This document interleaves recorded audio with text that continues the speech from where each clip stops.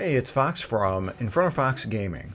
So I'd promised myself that I wasn't going to have any more pickups or anything because of the $600 plus that I spent last month at too many games in Philadelphia.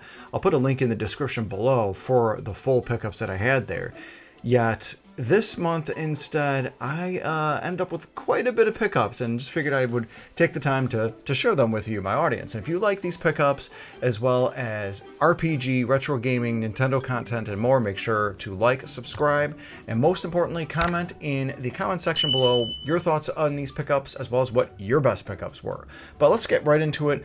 I'm going to start off with a myriad of Nintendo Switch games, and first is Legend of Legacy, and this is by NIS. And this is an interesting RPG. I believe that this is a remake from a 3DS game, and the scenario writer for this apparently had done Chrono Trigger, which is pretty cool.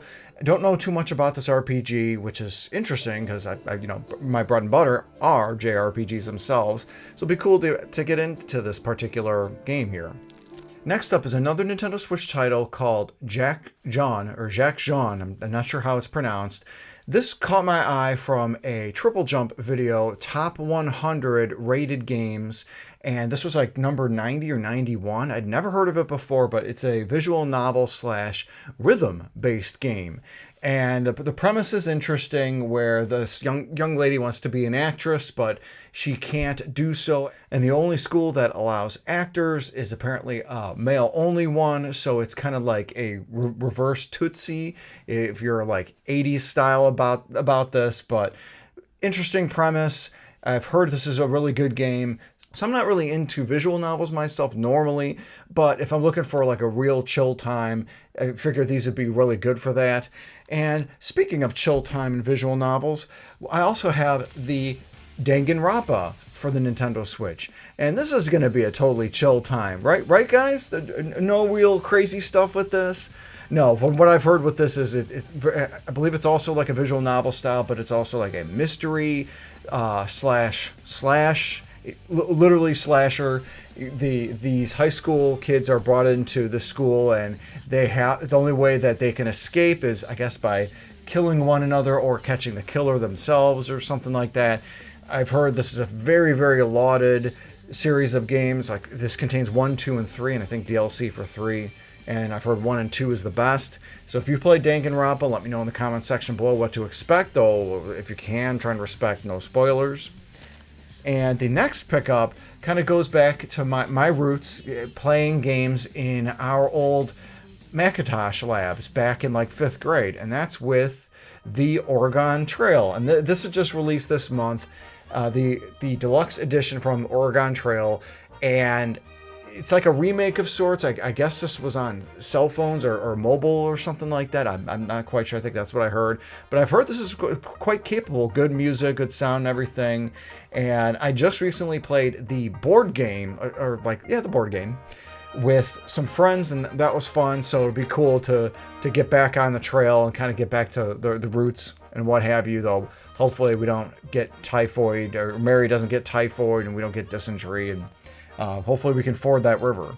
The next pickup here is also a classic, and one classic that I got into like a year or two ago, and that is Rocket Knight Adventures for the Switch. And this is actually the Rocket Knight Adventures Resparked. It's all 3 Rocket Knight based games, starring Sparkster. I believe that's Sparkster here.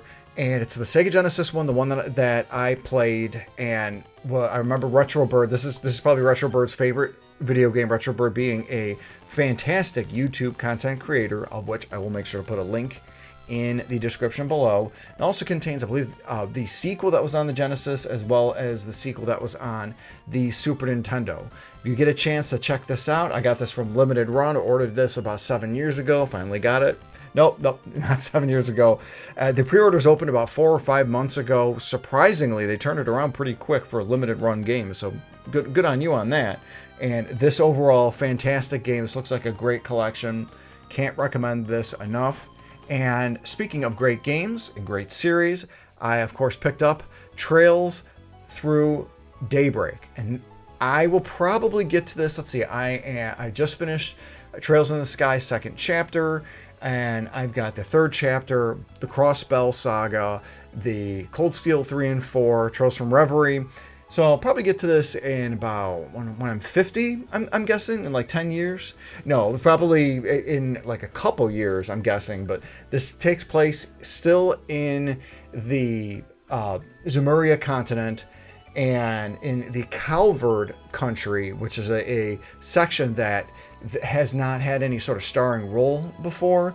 And from what I've been hearing, it sounds like the creators for the Trails or Kaseki series are looking to eventually exit Zemuria continent. So this, and then the announced sequel, which sequel had been out in Japan for I think like a year or two, the English translated version of Trails Through Daybreak 2 is going to be coming next year. I will make sure to pick that up. This is a fantastic series. So speaking of Trails, I also want to show off the newest acquisition that I got for the Trails series, and that is going to be this beautiful Estelle Bright statue. And it is really a fantastically designed statue, and it from Trails in the Sky. It of course has like a sky looking base.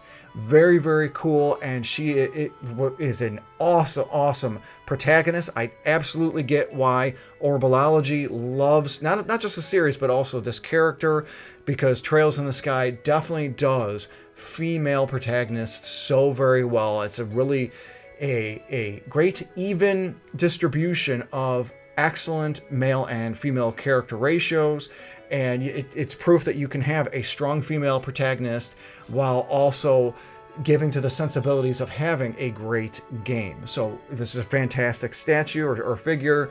Really glad to be able to pick this up and have that Trails representation in my collection. And speaking of collections, got a couple collectors boxes to show you guys. And given the time, of course, of the recording, this is late July 2024. So I'm going to be one of the many thousands of people that got the Nintendo World Championship. I'm probably not going to be opening this because, of course, I'm an idiot and I'm going to think that it's going to be best if it's totally sealed. But the unit itself, of course, comes with a physical copy of a game, a replica gold cartridge of the Nintendo World Championship cart that they had, a couple of pins, and a couple other bonus stuff, but really cool collector's edition. The game itself, I did also download and play, and have been playing for a few days now. It is very good. A couple of things that I wish it had is the multiplayer aspect. I understand why it's local only, because of course speedrunning is the key. You can't be delayed by your connection, because Nintendo of course doesn't want to host any of their servers. They want to base the online connections off of individuals' own connections, so that's why it's probably a little bit blippy. And I do also wish that, like, with the competition that it has, you could control like this crowd noise that's in it. It's very loud and distracting. Don't like it. I was playing this a bit with Jamie Owls, and we've been having a lot of fun with it. And overall, it's pretty neat. I do wish instead of the speedrun aspect, it was like the original Nintendo World Championship, where it was about like score, where you would play 3 different games and get as high a score as you can. And I get why they focused on Nintendo properties here, but it would have been great if they had third-party ones, such as like Mega Man, Castlevania, what have you.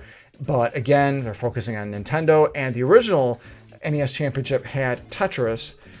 Again, I get, they want to avoid third-party companies, but come on, the original had Tetris. This should have had Tetris too. So overall, really cool package, good idea, great collector's item, and that's pretty much what it is for that. The last collector's edition that I'll show off here that I'm really happy to finally get is Baldur's Gate 3 for the PS5, the physical edition. They emailed me the codes for the DLC, which is cool. I'm not sure what additional DLC comes with it, but this is the entire base game within the box, like within the software itself. So that was a big thing. I too am all about preserving physical games because one, I'm old. Two, digital is really just long-term rentals, and three, I like the ability to be able to plug something in and just be able to play it without having to have an online connection. I'm not all about that. So it's cool to have this fantastic game. Finally glad to have this. This is, I think, like 3 to 6 months late, but huge credit to Larian Studios for keeping me posted on any and all possible delays. I mean, I get why there'd be delays. Your development staff's constantly getting pulled in directions to attend award shows. I mean, again, realistically, the logistical departments for Larian and the production most likely have nothing to do with the game development side. So regardless, really glad to have that, and really surprised to see how many pickups that I had this month. Over like half of these are pickups that I'd had pre-ordered for like months now, like this Rocket Knight Adventures and even the Nintendo World Championship Collector's Edition. So a lot of these I've had already. Others are like those last minute sale items, either through the Prime Day or any sort of like mock sale, or people kind of taking the companies taking the Amazon Prime queue. So really glad to have these added to my collection. So again, let me know what you think in the comments section below. Thanks again for watching, and have a great day.